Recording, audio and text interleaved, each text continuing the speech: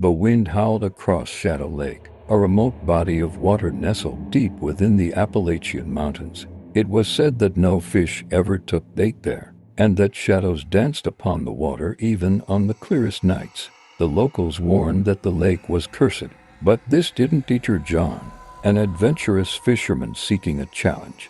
John arrived at Shadow Lake just as dusk began to settle. He'd heard the stories but dismissed them as local superstition. As he prepared his gear, he noticed an old, rusted sign partially hidden by overgrown weeds.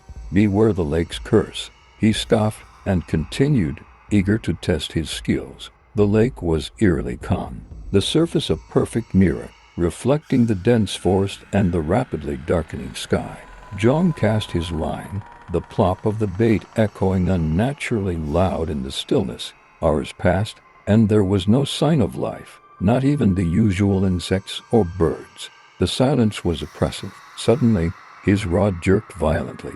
Startled, John grabbed it, his heart racing with excitement and a touch of fear. Whatever was on the other end was powerful, more so than any fish he'd encountered. He struggled to reel it in, his muscles straining, but the line remained taut, as if caught on something deep beneath the water.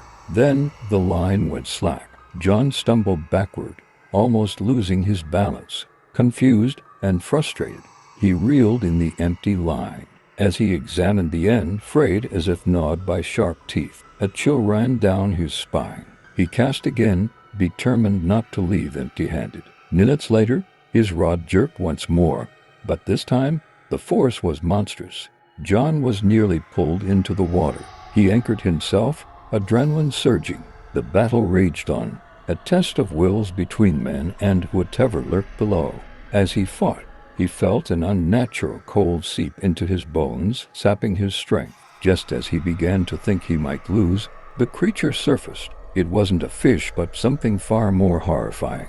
A grotesque, humanoid figure, its skin slick and glistening like that of a deep-sea creature, stared at him with soulless, black eyes. Its maw, filled with needle-like teeth, opened in a silent scream. John's heart pounded in terror. He tried to release the line, but it was stuck. The creature lunged, its webbed hands clawing at the air. Desperation took over. John grabbed his knife and cut the line, the severed end whipping back towards him. The creature let out a guttural roar, an unearthly sound that seemed to reverberate through the lake and the surrounding forest. He scrambled to his feet, ready to flee, but the ground beneath him shifted. Roots and vines, seemingly animated by some malevolent force, snaked out from the underbrush, wrapping around his ankles and wrists. He was pulled toward the water, the lake's surface now bubbling and churning as if alive. John screamed, struggling against the restraints. The creature watched, its eyes gleaming with malice. As he was dragged closer, the water began to rise, reaching out like grasping hands. He kicked and threshed, but the vines were relentless. Just when all seemed lost, a bright light pierced the darkness. A figure emerged from the forest, an old man dressed in tattered clothes, wielding a staff that glowed with an ethereal light. He chanted in a language John didn't understand, and the vines recoiled, hissing like serpents. The old man struck the ground with his staff, and a shockwave rippled through the air. The creature let out a wail and retreated into the depths of the lake.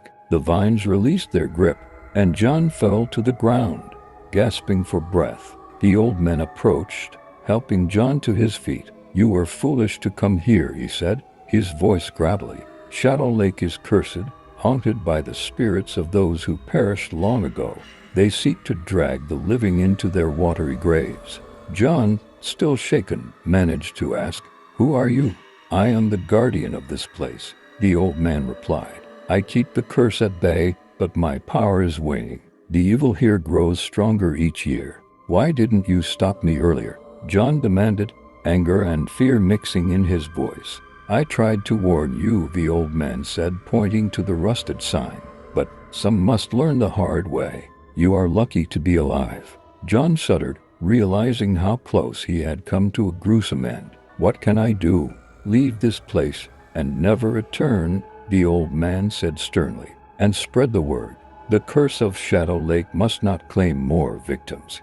John nodded, too frightened to argue.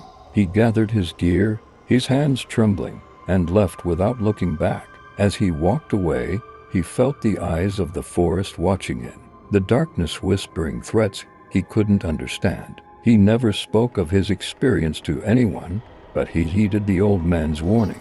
Shadow Lake remained a mystery, its cursed waters undisturbed, but the tales of its horrors spread, ensuring that others would think twice before venturing into its malevolent embrace. Years later, as an old man himself, John still dreamt of that night. The haunting eyes of the creature and the guardian's grave warning echoed in his mind. Shadow Lake had left its mark on his soul, a scar that would never fade.